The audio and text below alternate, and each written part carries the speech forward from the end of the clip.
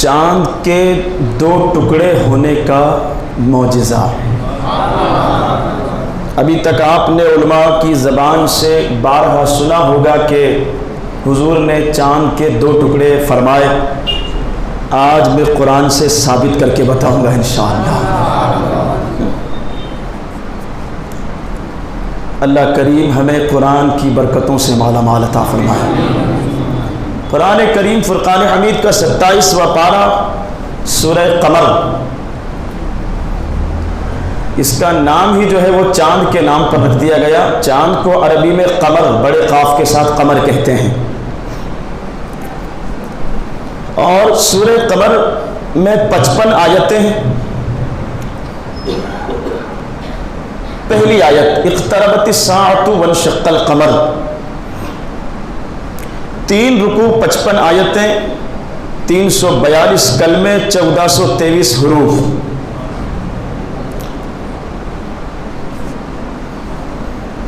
اور قیامت قریب آ گئی، چاند 2 ٹکڑے ہو گیا، چاند شق ہو گیا۔ اگر دیکھیں کوئی نشانی تو منہ پھیرتے ہیں اور کہتے ہیں یہ تو جادو ہے۔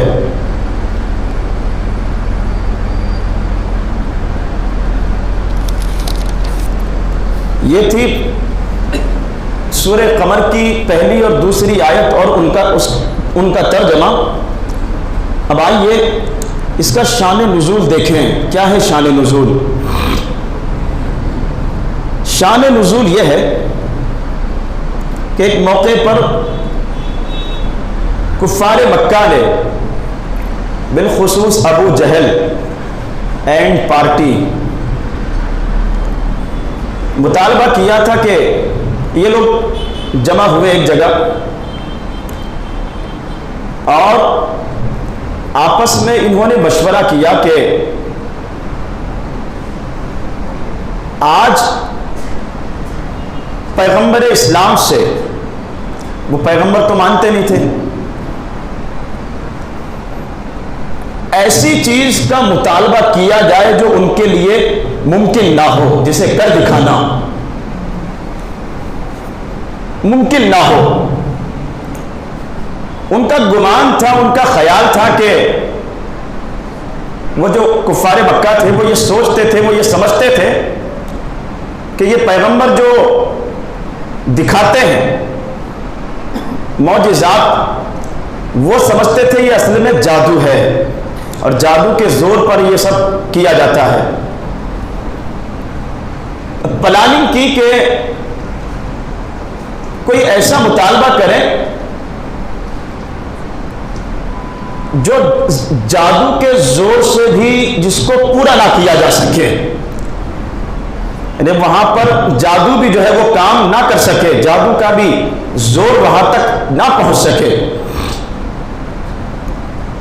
اور اس کے لیے انہوں نے یمن سے بھی ایک شخص کو بلایا تھا۔ آپ نے واقعات سنے ہوں گے، سیرت المصطفیٰ وغیرہ میں وہ واقعات تفصیل سے ہیں۔ مشورہ کر کے اس نتیجے پر پہنچے کہ جادو کا جو زور ہے وہ زمین پر چلتا ہے، زمین پر، آسمان پر کوئی بندہ زمین پر بیٹھے بیٹھے آسمان پر یا خلا میں جادو کے ذریعے کسی چیز کو مسخر نہیں کر سکتا، مطلب یہ کہ کسی چیز پر جادو نہیں کر سکتا۔ لہذا انہوں نے آپس میں طے کیا کہ آج مسلمانوں کے پیغمبر سے چاند کے 2 ٹکڑے کرنے کا مطالبہ کرتے ہیں اور پھر دیکھتے ہیں وہ کیا کرتے ہیں۔ جمع ہوئے اور جمع ہونے کے بعد خبر بھجوائی بارگاہ رسالت میں، حضور کی بارگاہ میں خبر بھجوائی کہ آپ سے ہمارے کچھ سوالات ہیں، اگر آپ پیغمبر ہیں تو ہمارے سوالوں کے جواب دیں، کچھ نشانیاں ہم چاہتے ہیں آپ تشریف لائیں۔ اللہ اللہ، ان کی خبر پر حضور رحمت للعالمین صلی اللہ تعالی علیہ وسلم حضرت سیدنا صدیق اکبر رضی اللہ تعالی عنہ کو ساتھ لے کر پہنچے، اور جب پہنچے تو وہ جو بیٹھے تھے نا گروپ بنا کر، کسی کی بھی ہمت نہیں کہ وہ سوال کرے، خاموش بیٹھے، بالکل رعب طاری سب پر. اور حضور فرماتے ہیں کہ اللہ تبارک و تعالیٰ نے مجھے با رعب بنایا، جامع الکلام بنایا. کچھ فضیلتیں، کچھ خصوصیات ایسی جو صرف اور صرف اللہ نے حضور علیہ السلام کو عطا فرمائی، نہ آپ کے پہلے کسی پیغمبر کو، نہ آپ کے بعد کسی بشر کو. کچھ خصوصیات، کچھ فضیلتیں، کچھ مراتب، کچھ درجات، کچھ عظمتیں، کچھ رفعتیں اللہ نے اپنے حبیب کو عطا فرمائی اور بے مثال عطا فرمائی، آپ کے پہلے نہیں دی گئی کسی کو. حضور فرماتے ہیں بارعب بنایا گیا. جس محفل میں، جس مجلس میں، جس جگہ پر آپ ہوتے تھے، لوگوں پر رعب طاری ہوتا تھا. آپ مجلس میں بیٹھے ہوتے تو سب سے بلند نظر آتے تھے، چلتے ہوتے تو سب سے دراز قد اور بلند نظر آتے. یوں لگتا تھا کہ زمین آپ کے قدموں کے نیچے سمیٹی جا رہی ہے، ایسے محسوس ہوتا تھا. آپ کا سایہ جو ہے وہ زمین پر نہیں پڑتا، آپ کے جسم پر مکھیاں نہیں بیٹھتی تھی، آپ کے پسینے سے مشک اور عنبر کی معطر خوشبو چلا کرتی تھی.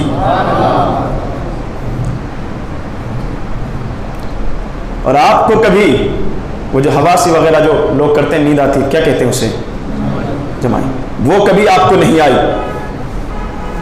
حالت نیند میں وہ نائٹ فال جو ہوتا ہے لوگوں کو، کبھی نہیں.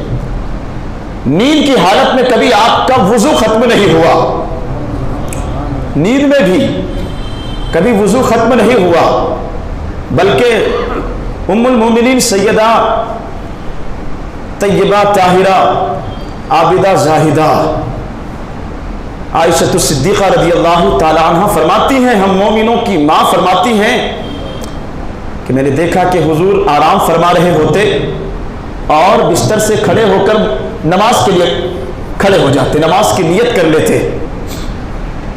تو آپ فرماتی کہ آپ نے وضو نہیں فرمایا، وضو نہیں کریں گے. تو آقا علیہ الصلوۃ والسلام ارشاد فرماتے کہ عائشہ، مجھ پر نیند کا ویسا اثر نہیں ہوتا جیسے عام لوگوں پر ہوتا ہے. جیسا اثر عام لوگوں پر نیند کا ہوتا ہے نا، کہ نیند آئی تو بالکل پتہ ہی نہیں ہے کہاں ہے، بالکل ہوش و حواس ختم. اسی لیے نیند کو آدھی موت کہا گیا. نیند میں اگر اعضاء جو ہیں بدن کے، وہ جو پارٹ ہیں وہ ڈھیلے پڑ جائیں اگر، تو وضو ختم ہو جاتا ہے. پتہ نہیں چلتا نا کہ کیا ہوا ہے نیند میں ہمارے ساتھ. لیکن ہمارے آقا صلی اللہ علیہ وسلم کی عظمت و شان دیکھیں کہ وہاں نیند جو ہے، نیند آپ فرمایا کرتے تھے کہ نیند میرے بدن پر طاری ہوتی ہے، دل جو ہے وہ جاگتا رہتا ہے. حالت نیند میں بھی دل جو ہے وہ اللہ کا ذکر کر رہا ہوتا تھا. جو اثر ہم پر ہوتا ہے، عام لوگوں پر ہوتا ہے، وہ اثر نیند کا حضور پر نہیں ہوتا تھا. بلکہ نیند بھی وہاں پر اپنے آپ کو شرف یاب کرنے کے لیے آتی تھی کہ کچھ فائدہ حاصل ہو جائے بارگاہ رسالت سے، جس میں اطہر سے کوئی فائدہ حاصل ہو جائے، فیض مل جائے، تو وہ نیند بھی فیض لینے آیا کرتی تھی.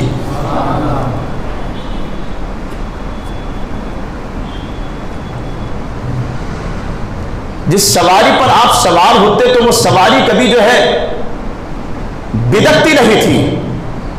جیسے سواریاں حرکتیں کرتی ہیں نا جانور وغیرہ. اور معراج کی شب جو براق نے کیا تھا کہ جب حضور سوار ہونے لگے تو براق نے جو شوخی کی تھی، حضرت جبرائیل علیہ السلام نے جھڑکا تھا اسے، تجھے خبر بھی ہے کون تجھ پر سوار ہونے والے، خبر بھی ہے تجھے. یہ شرارت کس بات کی؟ تو وہاں براق نے کہا تھا کہ جبرائیل میں شرارت نہیں کر رہا. براق نے کہا تھا آج مجھے اپنے نصیبے پر، اپنے مقدر پر ناز ہو رہا ہے کہ ان گنت اور بے شمار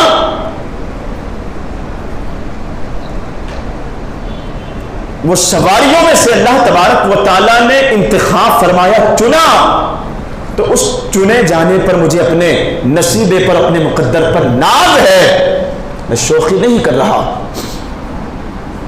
تو یہ وہ خصوصیات تھی جو آپ کے پہلے کسی کو نہیں دی گئی اور آپ کے بعد بھی نہیں۔ جامع الکلام بنایا گیا۔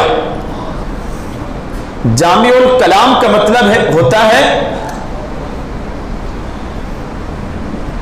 دو باتوں میں، یا جسے ایک مثال کے ذریعے اگر کہیں تو سمندر کو لوٹے میں بھرنا، پورے سمندر کو، یہ عظمت و شان تھی آپ کے کلام کی۔ اور اسی لیے تو آپ کی فصاحت و بلاغت کا جواب نہیں تھا۔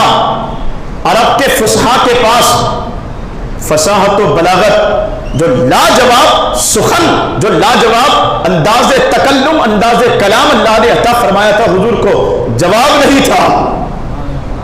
کفار مکہ کے پاس آپ کے انداز بیان کا، آپ کے سخن کا، وہ جو قرآن کے ٹاپک پر بات ہوئی تھی نا، انا اعطیناک الکوثر، جب نازل ہوئی تھی یہ سورت، حضور نے اس کو لکھ کر کعبے کے صدر گیٹ پر لگانے کے لیے کہا تھا، تو جواب نہیں تھا دنیا کے پاس۔ فصحاء جواب نہیں دے سکے، اور جب سب سے بڑے فصیح و بلیغ شاعر کو بلایا گیا تو اس نے کیا لکھا تھا پتہ ہے نا آپ کو؟ انا اعطیناک الکوثر فصل لربک وانحر ان شانئک هو الابتر، اور اس نے لکھا تھا ما ھذا کلام البشر، کہ یہ بشر کا کلام ہو تو جواب دینا۔ تو آپ کہیں گے کہ اس میں حضور کی کیا خصوصیت، یہ تو رب کا کلام، لیکن یہ بھی تو دیکھیں رب کا کلام نازل کس پر ہوا، یہ بھی تو دیکھیے کہ رب کا کلام نازل کس پر ہوا، اور کس کا معجزہ ہے قرآن۔ تو جامع الکلام بنایا گیا۔ آپ کو پہنچے جب وہ جو ٹولی تھی کفار مکہ کی، کہو کس لیے بلایا ہے، جواب نہیں کسی کے پاس۔ اس لیے تو امام اہل سنت سیدی سرکار اعلی حضرت فرماتے ہیں، یا رسول اللہ تیرے آگے یوں ہے دبے بچے فصحاء عرب کے بڑے بڑے، کوئی جان منہ میں زبان نہیں بلکہ جسم میں جان نہیں، یعنی ایسا رعب طاری ہوا کہ بولنے کی طاقت نہیں کسی میں، یعنی کوئی یہ سمجھے کہ منہ میں زبان ہی نہیں بلکہ جسم میں جان ہی نہیں ہے۔ تو ہمت کر کے پھر وہ جو یمن سے جسے بلایا گیا تھا، انہوں نے کہا کہ ہمارے دو سوال ہیں، دو سوال تو کیا بلکہ ہم چاہتے ہیں کہ آپ جو دعویٰ کرتے ہیں جس بات کا اس کی نشانی دکھائیں، کیا چاہتے ہو؟ تو وہ پہلے سے سوچ کے بیٹھے تھے کہ جادو کا زور جو ہے وہ زمین پر نہیں چلتا، لہٰذا آسمان کی کسی چیز پر، کسی چیز کی جو ہے وہ کسی کام کے کرنے کی نشانی مانگتے ہیں۔ کہنے لگے دیکھیے یہ جو چاند ہے نا پوری آب و تاب کے ساتھ چمک رہا، 14ویں کا چاند۔ کہا ہم یہ چاہتے ہیں اگر آپ پیغمبر ہیں تو اس کے 2 ٹکڑے کر کے دکھائیں، ہم یہ چاہتے ہیں کہ اس چاند کے 2 ٹکڑے کیے جائیں۔ اللہ اللہ، انہیں کیا خبر تھی کہ یہ چاند جو ہے یہ کسی زمانے میں کھلونا ہوا کرتا تھا حضور کا، چاند جھک جاتا جدھر انگلی اٹھاتے مہد میں، کیا ہی چلتا تھا اشاروں پر کھلونا نور کا۔ تو یہ جو ہے نہیں جانتے تھے کفار مکہ کہ یہ بچپن میں جو ہے نا انگلی کے اشارے پر ناچا کرتا تھا، یہ کھلونا تھا حضور کا۔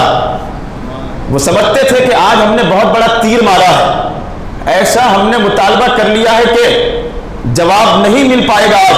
اور یہ پیغمبر، وہ تو پیغمبر سمجھتے نہیں تھے، وہ یہ سمجھ رہے تھے کہ آج یہ شرمندہ ہو جائیں گے، نعوذ باللہ من ذالک، آج یہ ہماری ڈیمانڈ کو پورا نہیں کر پائیں گے۔ لیکن اللہ تبارک و تعالیٰ نے 1-2 معجزے نہیں، سر سے پیر تک سراپا معجزہ بنا کر اپنے حبیب کو بھیجا۔ پوری کائنات پر کنٹرول، پوری کائنات پر اختیار، خالق کل نے آپ کو مالک کل بنا کر بھیجا۔ جنت آپ کے اختیار میں، جسے چاہے عطا کر دیں، جسے چاہے عطا کر دیں۔ اور اسی لیے تو حضرت انس نے ایک موقع پر ایک صحابی سے راضی ہوئے تھے اور فرمایا تھا مانگو کیا مانگتے ہو؟ کہنے لگے یا رسول اللہ جنت کا سوال ہے. کہا دے دی جنت. مالک بنا کر بھیجا اللہ نے. تو جب ڈیمانڈ کی انہوں نے کہ چاند کے 2 ٹکڑے کر کے دکھائیے تو قرآن گواہی دے رہا ہے. اٹھائیے قرآن پاک, درود پاک پڑھے محبت کے ساتھ. مولایا صلی وسلم دائما ابدا علی حبیبک خیر الخلق کلہم یا ربی بالمصطفیٰ بلغ مقاصدنا واغفر لنا ما مضى یا واسع الکرم. یہ قرآن عظیم فرقان حمید 27واں پارہ. اور یہ دیکھیے یہ ہے سورہ قمر, 8ویں رکوع سے شروع ہو رہی ہے. اور سورہ قمر کی بالکل پہلی آیت اقتربت الساعة وانشق القمر.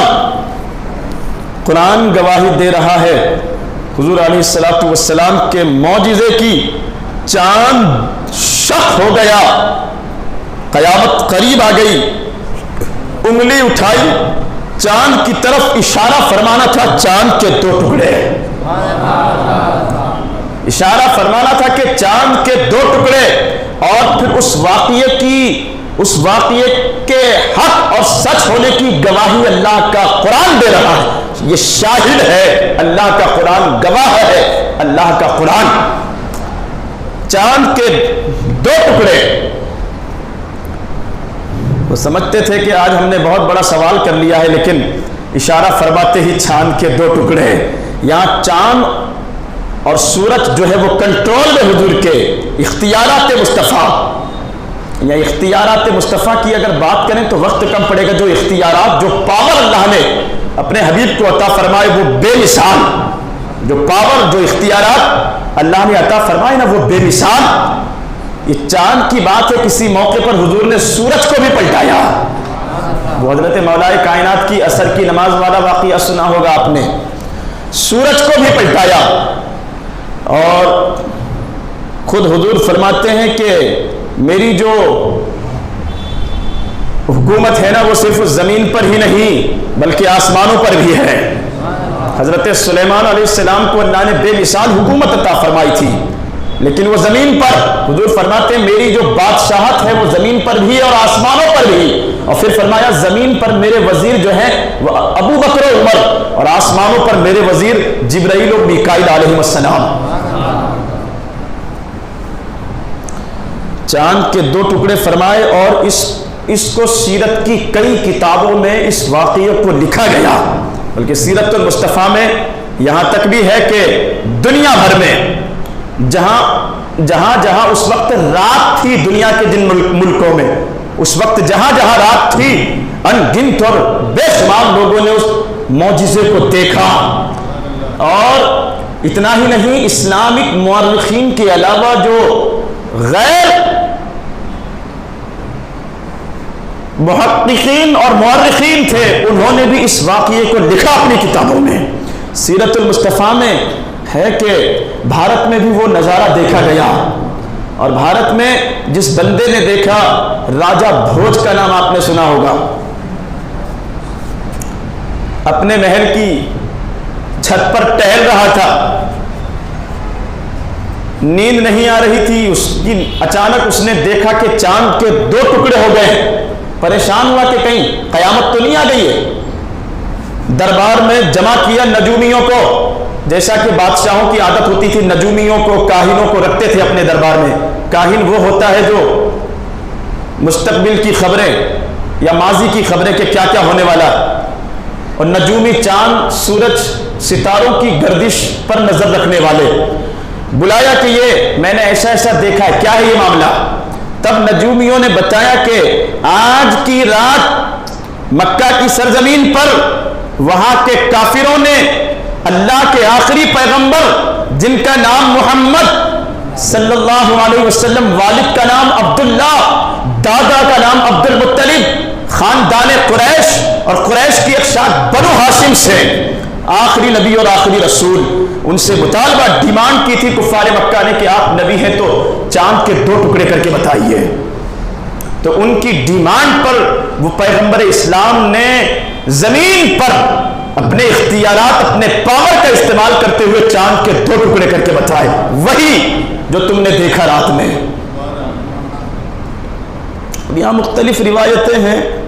کئی سارے لوگوں نے لکھا ہے کہ اس واقعے کے بعد وہ ایمان لے آیا. جب اسے پتہ چلا کہ یہ پیغمبر اسلام کا معجزہ تھا تو ایمان لے آیا. یہاں قرآن سے نہیں بتا رہا ہوں میں، یہ مورخین نے اپنی کتابوں میں لکھا ہے، سیرت کی کتابوں میں وہ واقعہ جو ہے وہ لکھا گیا ہے. اچھا پھر اس کے بعد کہا اور کیا چاہتے ہو؟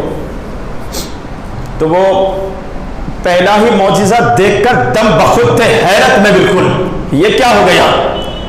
تو دوسرا سوال کرنے کی ہمت ہی نہیں بچی. تو وہ جو حبیب یمنی تھے نا، وہ کہنے لگے کہ آپ ہی بتا دیں کہ میرا دوسرا سوال کیا ہے. حضور نے فرمایا تو یہ چاہتا ہے کہ تیری اپاہج لڑکی ہے جو چل نہیں سکتی ہے، سن بھی نہیں سکتی، ہل نہیں سکتی بستر سے، تو چاہتا ہے نا کہ اس کو شفا مل جائے، وہ اچھی ہو جائے. جا میں نے اچھا کیا.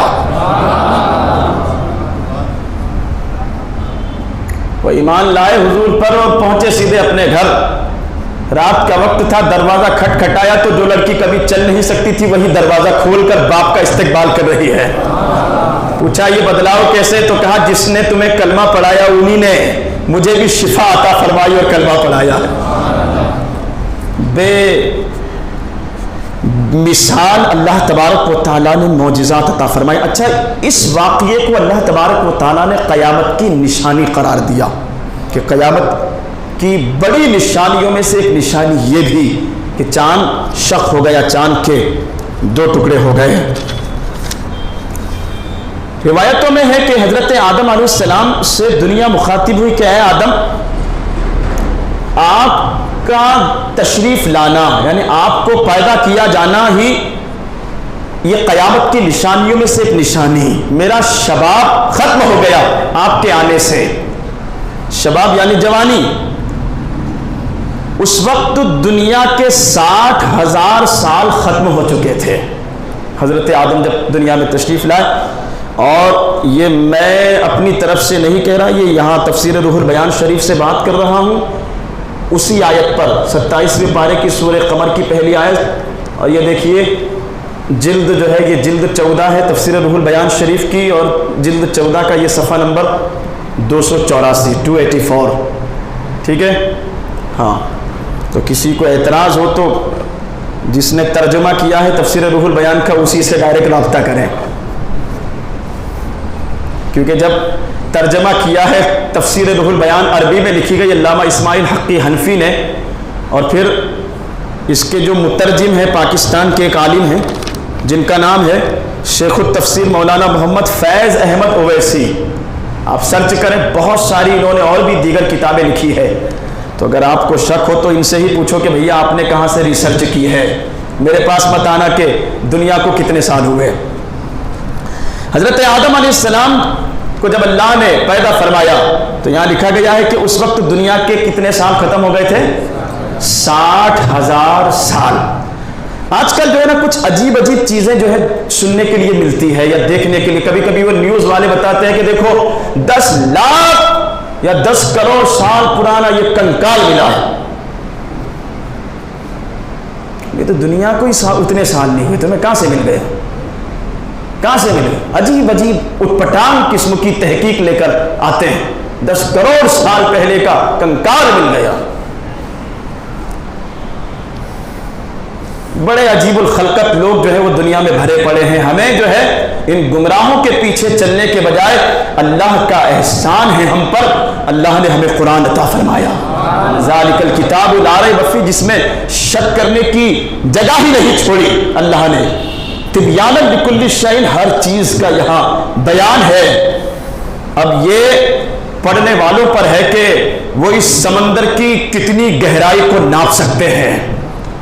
ہر کسی ہر کس و ناکس کے بس کی بات نہیں کہ یہ ناپائیدار جس کی کوئی حد نہیں، ایسے سمندر کی گہرائی میں اتر جانا ہر کسی کے بس کی بات نہیں ہے.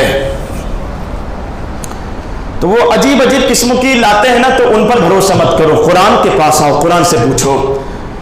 کہتے ہیں 60,000 سال ختم ہو گئے تھے.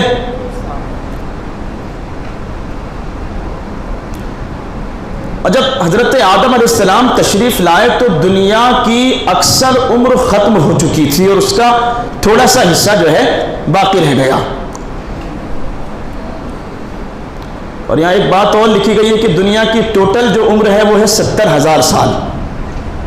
واللہ عالم، اللہ ہی جانے، اللہ کے حبیب جانے. تو قیامت کی نشانیوں میں سے ایک نشانی جو ہے وہ قرار دیا گیا چاند کے 2 ٹکڑے ہونے کو.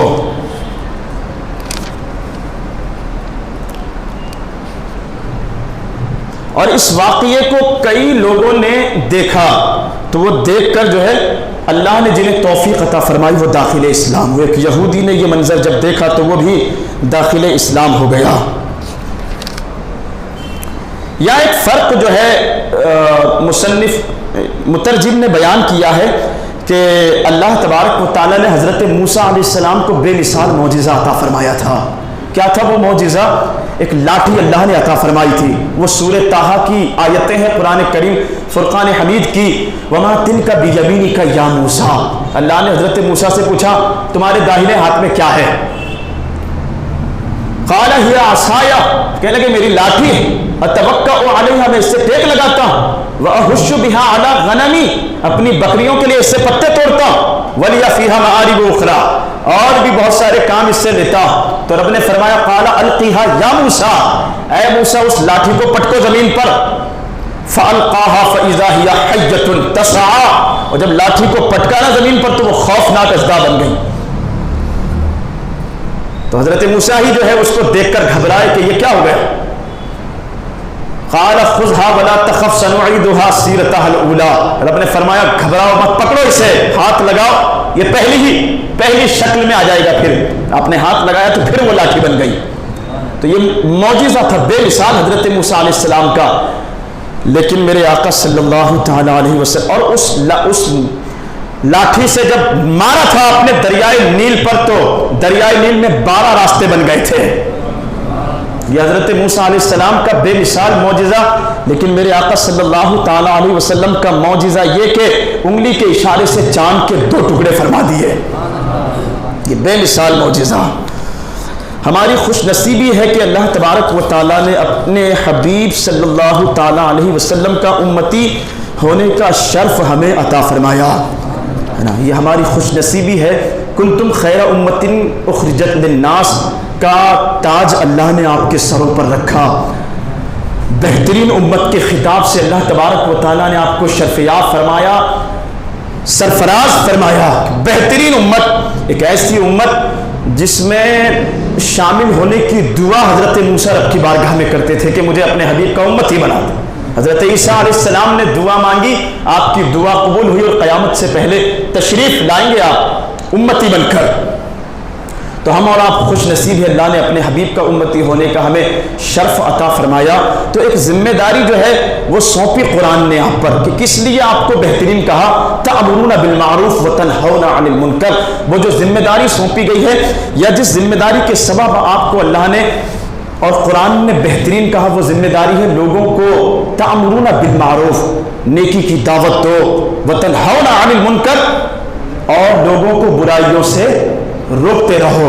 یہ صرف کسی عالم، کسی مفتی کی، کسی فاضل کی صرف ذمہ داری نہیں ہے، بلکہ ہم سب کی ذمہ داری بنتی ہے کہ ہم اپنے اپنے طور پر لوگوں کو نیکی کی دعوت دیں، نمازوں کی دعوت دیں، روزوں کی دعوت دیں، تلاوت قرآن کی دعوت دیں، اور برائیوں سے روکنے کی کوشش کرتے رہیں. آپ کو اگر برا دکھ رہا ہے تو ایمان کا پہلا حصہ یہ ہے کہ غلط اگر ہو رہا ہے تو اس کو طاقت سے روکو.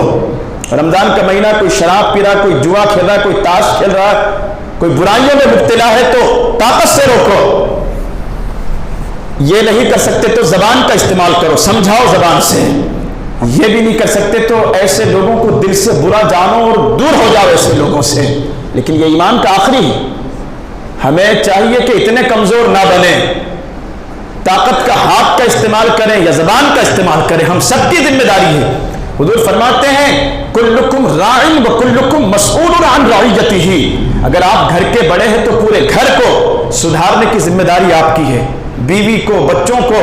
ایسا نہیں کہ آپ نماز کے لیے آ گئے اور پیچھے کیا ہو رہا ہے اس سے آپ بالکل جو ہے لاپرواہ اور لا تعلق رہیں. نہیں، آپ کی ذمہ داری بنتی ہے کہ بیوی کو بھی نماز کے لیے کہیں، بیٹوں کو، بہوؤں کو، بیٹیوں کو نماز کے لیے دعوت دیں انہیں. ایسا نہیں کہ آپ مسجد میں آ گئے اور آپ کے پیچھے ٹی وی چل رہی ہے نمازوں کے ٹائم پر. آپ سے جو ذمہ داری نا کلکم راعٍ، حضور نے فرمایا کہ جیسے چرواہا ہوتا ہے اور چرواہے کی ذمہ داری ہوتی ہے کہ وہ جو ریوڑ ہے اس کے، جو ریوڑ اس کے اختیار میں ہے تو وہ نظر رکھے، دھیان رکھے پورے ریوڑ پر، کہیں کوئی بھیڑ، کہیں کوئی بکری ادھر ادھر تو نہیں جا رہی ہے. اس کی ذمہ داری بنتی ہے، اس سے پوچھا جائے گا. تو ایسے ہی آپ بھی جو ہے اپنے گھر کے جو ہیں حاکم ہیں اور آپ سے پوچھا جائے گا ان کے بارے میں. ایسے ہی ایک عالم کی ذمہ داری، ایسے ہی ایک حاجی کی ذمہ داری، ایسے ہی جو مبلغین ہیں ان کی ذمہ داری، ہر ایک کی ذمہ داری بنتی ہے کہ اپنی ذمہ داریوں کو پورا کریں. اور اسی لیے اللہ نے آپ کو بہترین امت کا خطاب عطا فرمایا ہے. تو عمل کریں گے انشاءاللہ. اللہ کریم ہمیں عمل کی توفیق عطا فرمائے. قرآن عظیم فرقان حمید کی برکتوں سے مالا مال عطا فرمائے. علم اس ویڈیو کو شیئر ضرور کیجئے، ہو سکتا ہے آپ کے ایک شیئر سے یہ بات کسی کے دل میں اتر جائے.